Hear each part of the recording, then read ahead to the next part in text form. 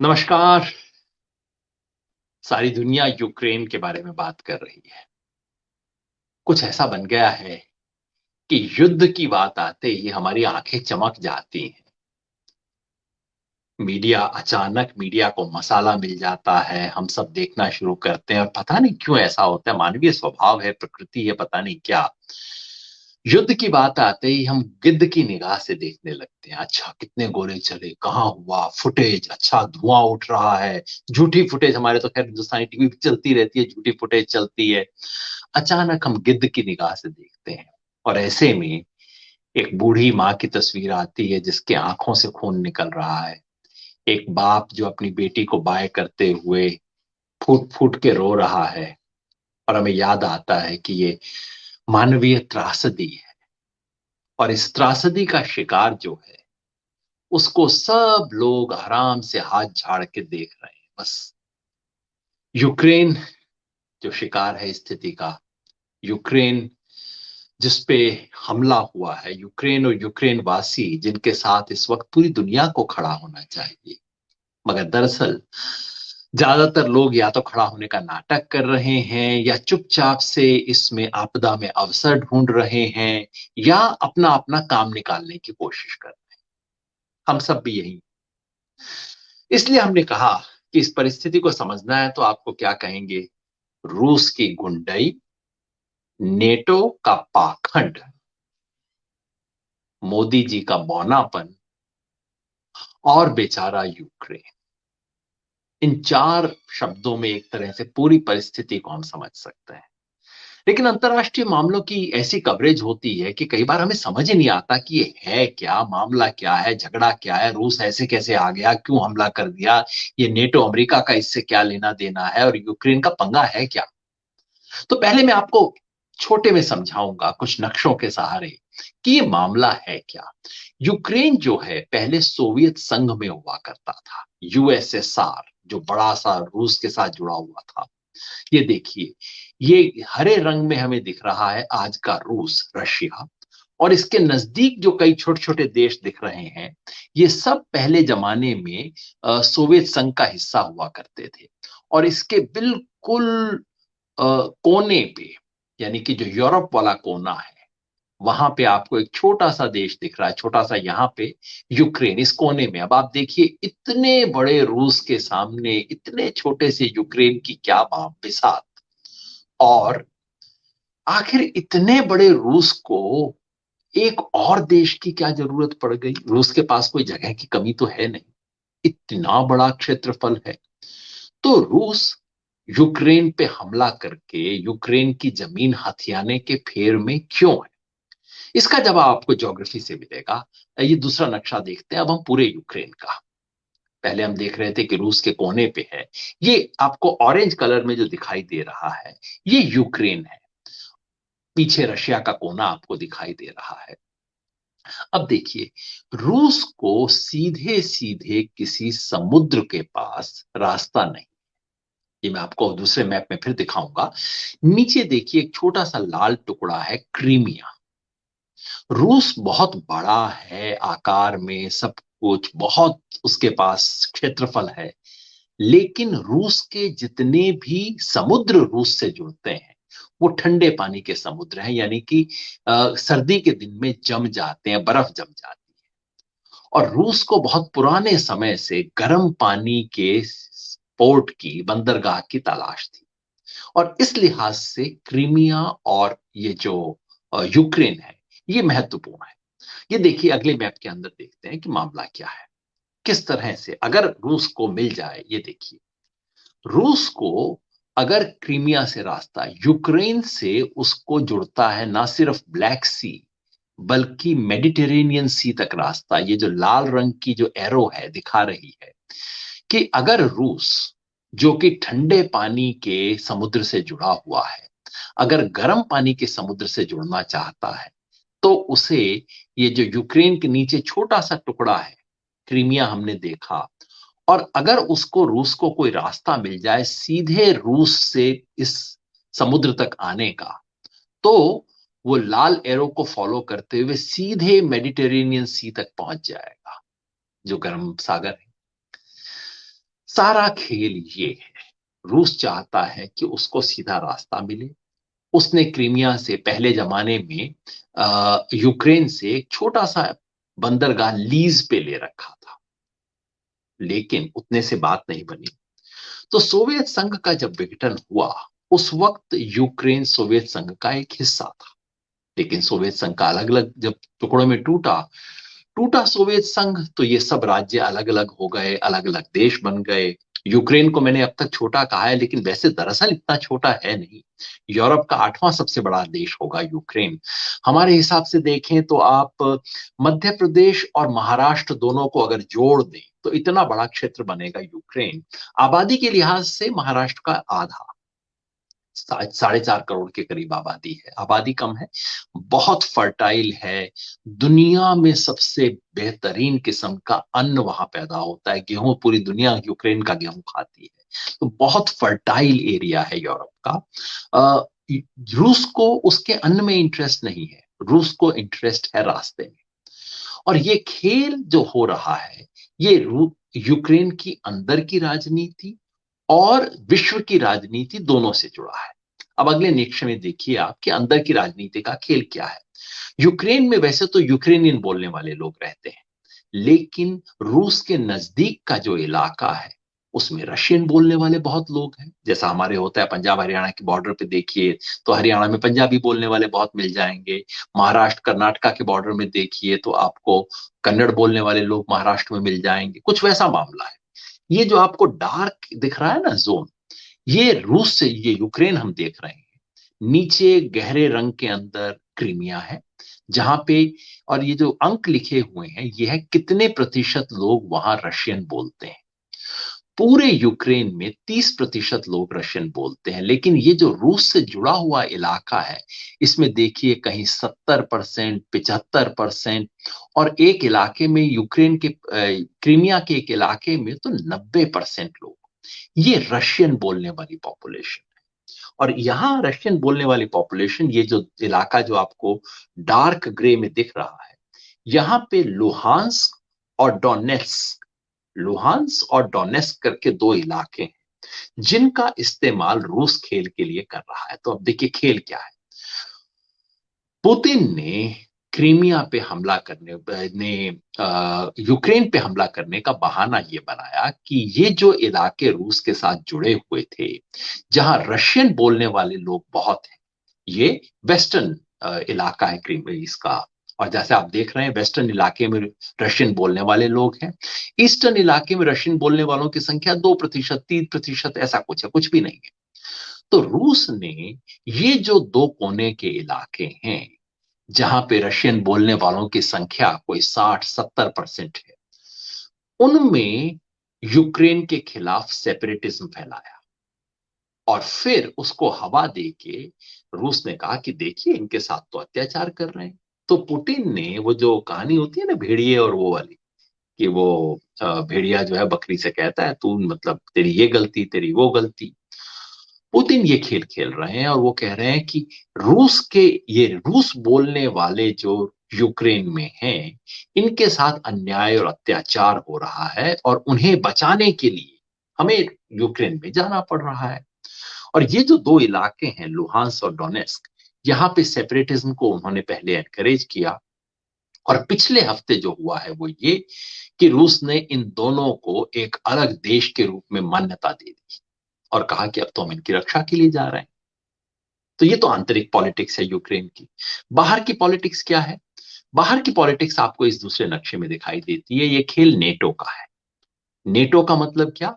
NATO का मतलब है नॉर्थ एटलांटिक ट्रीटी ऑर्गेनाइजेशन। ये पूरे यूरोप का नक्शा है। नॉर्थ एटलांटिक ट्रीटी ऑर्गेनाइजेशन क्या था? ये संगठन बना था कोल्ड वॉर के जमाने, जबकि अमेरिका और यूएसएसआर में, पूरी दुनिया में कोल्ड वॉर होती थी, और अमेरिका अपने दोस्तों का एक संगठन बना रहा था यूरोप के अंदर। उस संगठन, अमेरिका और अमेरिका से जुड़े हुए दोस्त जो देश थे, उन्होंने एक मिलिट्री अलायंस बनाया, नॉर्थ एटलांटिक ट्रीटी ऑर्गेनाइजेशन। और कुल मिला के खेल ये था, ये मिलके कहते थे कि देखो तुम चिंता मत करो, अगर रूस तुम पे, या सोवियत यूनियन उस जमाने का, अगर कम्युनिस्ट सत्ता जो उस जमाने की थी, अगर वो तुम पे हमला करेंगे, तो हम सब नेटो के दोस्त के देश एक दूसरे के साथ हैं, हम सब मिलके सोवियत यूनियन का मुकाबला करेंगे। और ये होता था कोल्ड वॉर। एक तरफ नेटो था, रूस और उसके दोस्त देशों को कहा जाता था वॉर्सा पैक्ट। तो ये नेटो। अब जब सोवियत संघ खत्म हो गया, तब नेटो का क्या मतलब? लेकिन नेटो जारी है, नॉर्थ अटलांटिक ट्रीटी ऑर्गेनाइजेशन, जो कि एक मिलिट्री अलायंस है, वो जारी है। और इस नक्शे को अगर दोबारा हम दिखाएं, ये नक्शा हमें दिखाता है कि कैसे धीरे धीरे ये जो डार्क ब्लू कलर में है, वो देश हैं जो कि शुरू से ही नॉर्थ अटलांटिक ट्रीटी ऑर्गेनाइजेशन में थे। तो इसमें फ्रांस है, पुर्तगाल है, स्पेन है, इंग्लैंड है, जर्मनी है, सब तो थे ही। साथ में इटली और ये सब आपको दिखाई दे रहे हैं। लेकिन सोवियत संघ के विघटन के बाद ये जो थोड़े से हल्के नीले रंग में दिख रहे हैं, नीले प्रॉपर रंग में दिख रहे हैं, वो देश भी ज्वाइन किए। और धीरे धीरे ये यूक्रेन तक, यूक्रेन आपको इसके अंदर बहुत लाइट ब्लू कलर में दिखाई दे रहा होगा, ये वो देश हैं जो कि नेटो ज्वाइन करने वाले हैं। तो रूस का कहना है कि देखिए, हमारे पड़ोस में ये लोग एक मिलिट्री अलायंस लेके आ रहे हैं, और ये मिलिट्री अलायंस लेके हमें घेरने की कोशिश कर रहे हैं। नेटो, जो कि अमेरिका और अमेरिका के पिट्ठुओं का एक मिलिट्री अलायंस है। तो पुतिन कहते हैं, अब हमें नक्शे की जरूरत नहीं है, पुतिन कहते हैं कि ये देखिए, अमेरिका और उसके दोस्त या उसके पिट्ठू हमारे पिछवाड़े में आके हमारे को धमका रहे हैं, हमारे पे नेटो एक मिलिट्री अलायंस हमारे पिछवाड़े तक लेके आ रहे हैं, और ये हम बर्दाश्त नहीं करेंगे। तो ये खेल थोड़े समय से नहीं, काफी समय से चल रहा है। 2013 में पुतिन ने क्रीमिया पे जाके कब्जा कर लिया। ये जो हम यूक्रेन के नीचे छोटा सा देख रहे हैं ना इलाका, जो जैसे भारत से श्रीलंका जुड़ा हुआ है, वैसा इलाका, ये यूक्रेन का हिस्सा था। सन 2013 में पुतिन ने जाके क्रीमिया पे कब्जा कर लिया। दुनिया देखती रही, कुछ नहीं किया। बस उसके यूज के खिलाफ सैंक्शन, ये वो कड़ी निंदा करते हैं, ये सब बातें कह दी, किया कुछ नहीं, यूज क्रीमिया पे कब्जा करके बैठ गया। उसके बाद से यूक्रेन की अंदरूनी पॉलिटिक्स के अंदर रूस समर्थक, रूस विरोधियों के अंदर खूब विवाद हुआ। वो लंबी कहानी आपको नहीं सुनाऊंगा। 2019 आते आते वहां पे एक नए प्रेसिडेंट आए, जेलेंस्की, जो दरअसल रूस के प्रति थोड़ा उदार रवैया रखने वाले थे। ये खुद, इनकी कहानी भी है कि ये खुद कॉमेडियन थे, टीवी पे हुआ करते थे, और नेताओं की आलोचना करते करते देश उन्हें इतना भाने लगा कि अचानक ये प्रेसिडेंट बन गए। टीवी शो के होस्ट होते होते पूरा एक प्रेसिडेंट बन गए। तो जेलेंस्की के आने के बाद से स्थिति सुधरनी चाहिए थी, लेकिन पुतिन का इरादा कुछ और था। सो उन्होंने कहा कि ये देखिए, ये जो दोनों इलाके हैं जो मैंने आपको बताया, दोनों इलाके जो रशियन बोलने वाले जो इलाके थे, इन इलाकों के लोगों को तंग किया जा रहा है, हम इनको स्वतंत्र करेंगे। और ये बहाना बनाते हुए, जैसे भेड़िए ने उसको, मेमने को तो खाना होता है, ये बहाना नहीं तो दूसरा बहाना। तो रूस ने बाकायदा ये कहते हुए कि ये नेटो में जा रहे हैं, ये हमारे रूस के लोगों को तंग कर रहे हैं, मानवाधिकारों का उल्लंघन कर रहे हैं। पुतिन मानवाधिकारों के उल्लंघन की बात करें तो मतलब गले से सिरे से नहीं उतरती। तो खैर, ये सब बहाना बनाते हुए उन्होंने कहा, सारी दुनिया के, पश्चिम के सारे फॉरेन पॉलिसी एक्सपर्ट बताते रहे, मैं भी उनकी बात मानता रहा कि नहीं नहीं, ऐसा होगा नहीं, गीदड़ भभकी है, ऐसे ही बोल रहा है, आएगा थोड़ी, ऐसे थोड़ी हमला कर देगा। और दुनिया ने जो कहा था नहीं होगा, वो एक्चुअली हो गया। पुतिन ने बाकायदा सब तरफ से हमला घोषित कर दिया। ये एक छोटा सा नक्शा आपको बताता है कि किस किस तरफ से घोषित ये खेल किया जा रहा है। ये जो आखिरी मैप है, ये देखिए, अब तीन तरफ से हमला हो रहा है। नीचे जो क्रीमिया का इलाका है, जिसपे रूस ने 2013 में कब्जा कर लिया था, जो पहले यूक्रेन का इलाका हुआ करता था, वहां से हमला कर रहा है। ऊपर जो उसका पड़ोसी देश है बेलारूस, लेकिन जो कि रूस के काफी प्रभाव में है, वहां से हमला कर रहा है। और तीसरा रूस की तरफ से तो हमला कर ही रहा है। और ये जो ग्रीन शेडेड इलाके हैं, ये वो दोनों प्रदेश हैं जिनका मैंने आपको बताया, लुहांस्क और दोनेस्क, जिनका बहाना लेके रूस इन पे कब्जा करना चाह रहा है। जैसे क्रीमिया में किया था, पहले रूस ने क्रीमिया पे कब्जा कर लिया, कब्जा करने के बाद वहां एक जनमत संग्रह करवाया और कहा कि देखिए यहाँ की तो 97% जनता रूस के साथ जाना चाहती है। यही खेल अब इन दोनों जगह खेला जाएगा। पहले रूस इनको इंडिपेंडेंट घोषित करेगा, फिर इन दोनों देशों के अंदर रेफरेंडम होगा, फिर इन दोनों देशों की जनता कहेगी हम तो रूस के साथ जाना ही चाहते थे, और रूस कहेगा आप बताइए, आपका स्वागत है रूस में, आपका स्वागत है, आप आ जाइए। और इससे सीधा रास्ता रूस को क्रीमिया तक जाने का और ये जो समुद्र तक जाने का सीधा रास्ता मिल जाए। तो खेल सीधा सीधा गुंडई का, दबंगई का, साम्राज्यवाद का, विस्तारवाद का, इसके लिए और कोई नाम नहीं हो सकता। यूक्रेन ने ऐसा कुछ नहीं किया है। इस पूरी स्थिति में यूक्रेन तो विक्टिम है। सीधे सीधे खेल है कि हम बड़े ताकत हैं और तुम होते कौन हो। नेटो की क्या स्थिति है तो रूस का बताने की तो जरूरत नहीं है, पर रूस के बारे में एक बात का जिक्र जरूर करना चाहिए। रूस ने यूक्रेन पे हमला बोला, बिल्कुल गैर वाजिब, एकदम गलत किस्म का हमला। लेकिन रूस के 57 शहरों में इसके खिलाफ प्रदर्शन। आज पुतिन की गुंडाई के बारे में जिक्र करते हुए पूरे रूस के बारे में हम ये नहीं कह सकते। कम से कम रूस के हजारों नागरिकों ने बड़े शहरों में, मॉस्को, लेनिनग्राद, यहाँ पे हजारों लोग सड़कों पे आए और उन्होंने कहा नहीं, यूक्रेन के साथ हम युद्ध नहीं चाहते। उन लोगों को मेरा सलाम, सैल्यूट। दुनिया में किसी और साथी ने एक लिखा था कल कि अपने देश की सरकार के गलत काम के विरुद्ध खड़े होकर अपने देश में विरोध करना, ये सबसे बड़ी देशभक्ति है। जोखिम उठा के अपने देश में अपने देश की सरकार का विरोध करना, अगर वो गलत काम कर रही, ये किसी भी लोकतंत्र में, किसी भी देश में सबसे बड़ी देशभक्ति ये। तो उन रूस के तमाम देशभक्तों को सलाम, जिन्होंने खड़े होके कहा। आर्टिस्ट लोगों ने चिट्ठियां लिखी हैं, कहा यूक्रेन के लोगों को हम तुम्हारे दोस्त हैं, हम नहीं चाहते, पता नहीं ये पुतिन क्यों कर। लेकिन जैसा आप उम्मीद कर ही सकते हैं, जहां इस तरह के युद्ध होता है तो युद्धोन्माद भी होता है, और जरूर अगर रूस के अंदर कोई जनमत संग्रह हो जाएगा तो जरूर पुतिन जी काफी ऊंचे आएंगे। हाँ भाई, क्योंकि जनता को लड़ाना भिड़ाना, युद्धोन्माद और उसमें लगा देना तो बढ़िया काम होता है, सब काफी इससे दुकान चलती है राजनीति की। लेकिन कुछ लोगों ने विरोध किया है जो बहुत काबिले तारीफ बात है। नेटो, नेट अमेरिका क्या कर रहा है आप देखिए। यूक्रेन पे हमला करने का बहाना और एक प्रमुख कारण यह था कि यूक्रेन यूरोप के साथ जुड़ना चाह रहा था, यूरोपियन यूनियन से जुड़ रहा था, नेटो से जुड़ रहा था। रूस को पसंद नहीं था कि तुम उनके साथ क्यों जा रहे हो, जिसकी वजह से रूस ने यूक्रेन पे हमला किया। हमले के समय वो क्या कर रहा है, नेटो जो कि एक मिलिट्री अलायंस है, वो मिलिट्री अलायंस इस वक्त हाथ झाड़ के खड़ा हो गया है, स्पष्ट कह दिया है कि नहीं नहीं, उसके अंदर, यूक्रेन के अंदर कोई फोर्स नहीं भेजी जाएगी।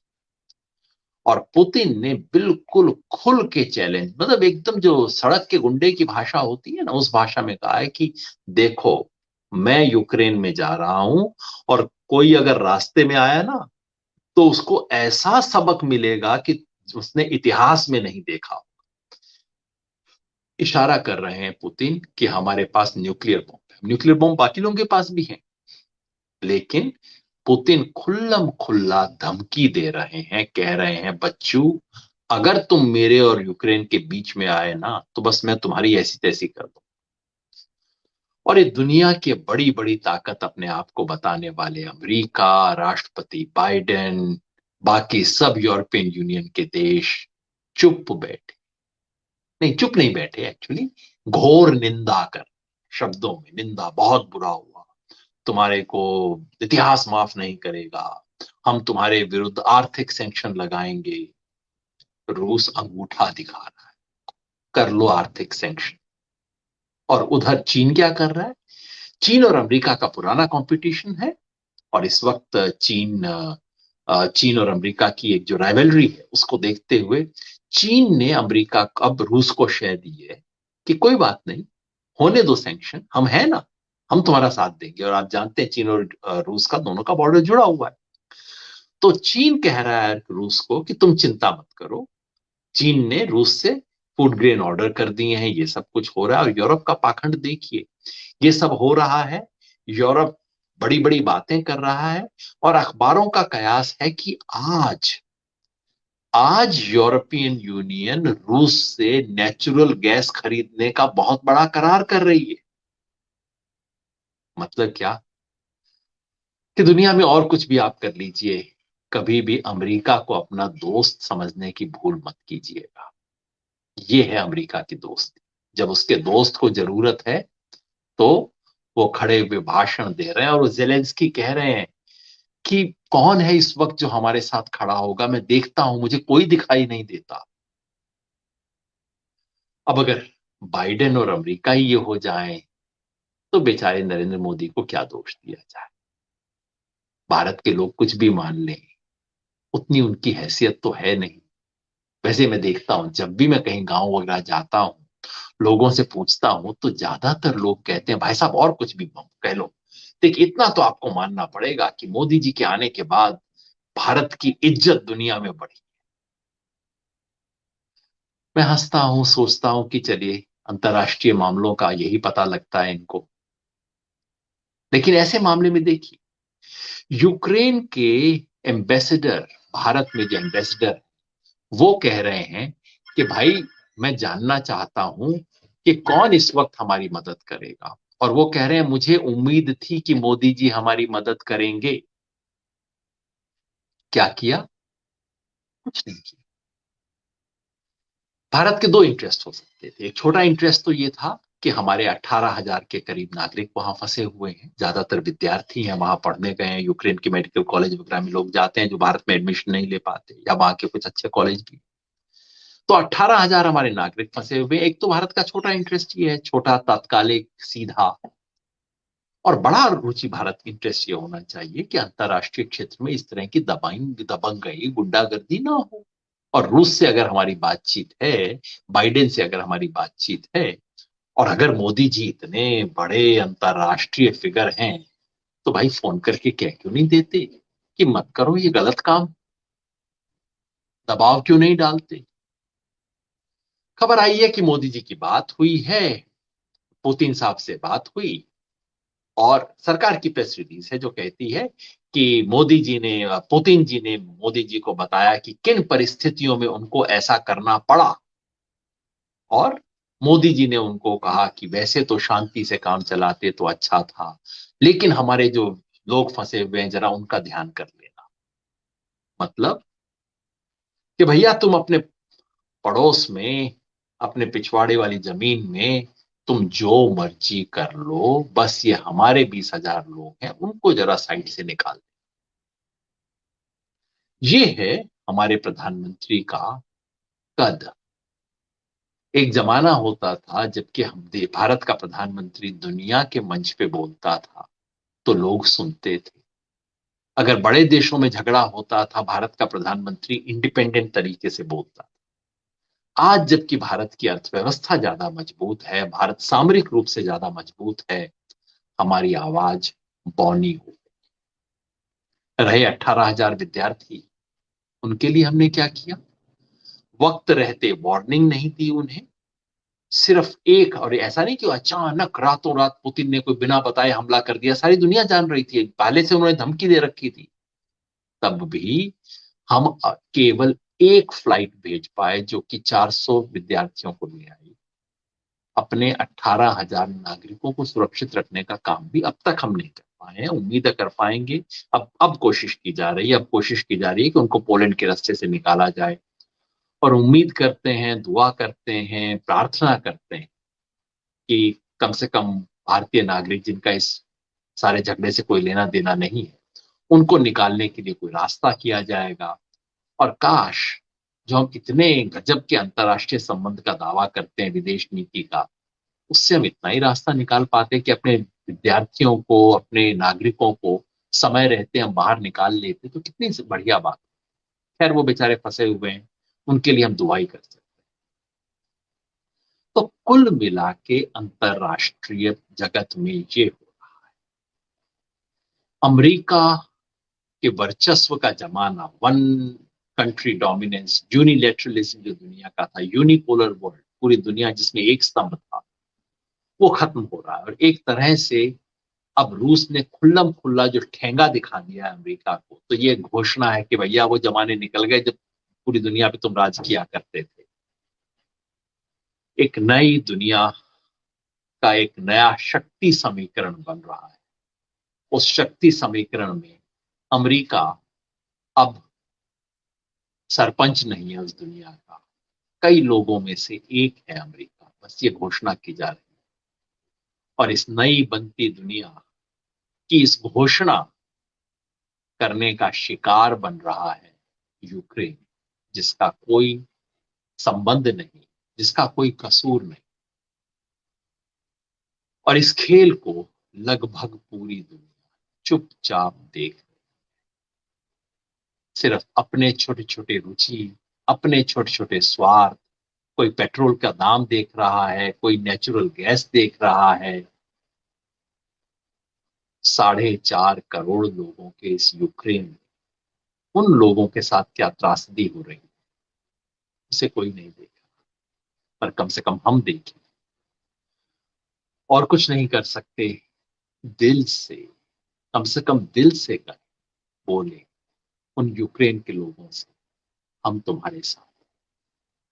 लिखें कि हम तुम्हें आ नहीं सकते, हमारे पास कोई ताकत नहीं है कि तुम्हारे साथ खड़े हों, लेकिन यकीन करो हम दिल से तुम्हारे साथ।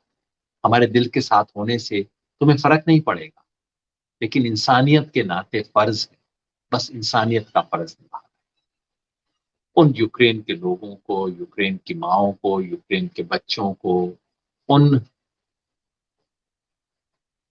उन तमाम नागरिकों को जिनका जिनकी बलि चढ़ा के ये खेल खेला जा रहा है, उनके साथ होने की दुआ करते हुए आज की बात को समाप्त करते हैं। धन्यवाद।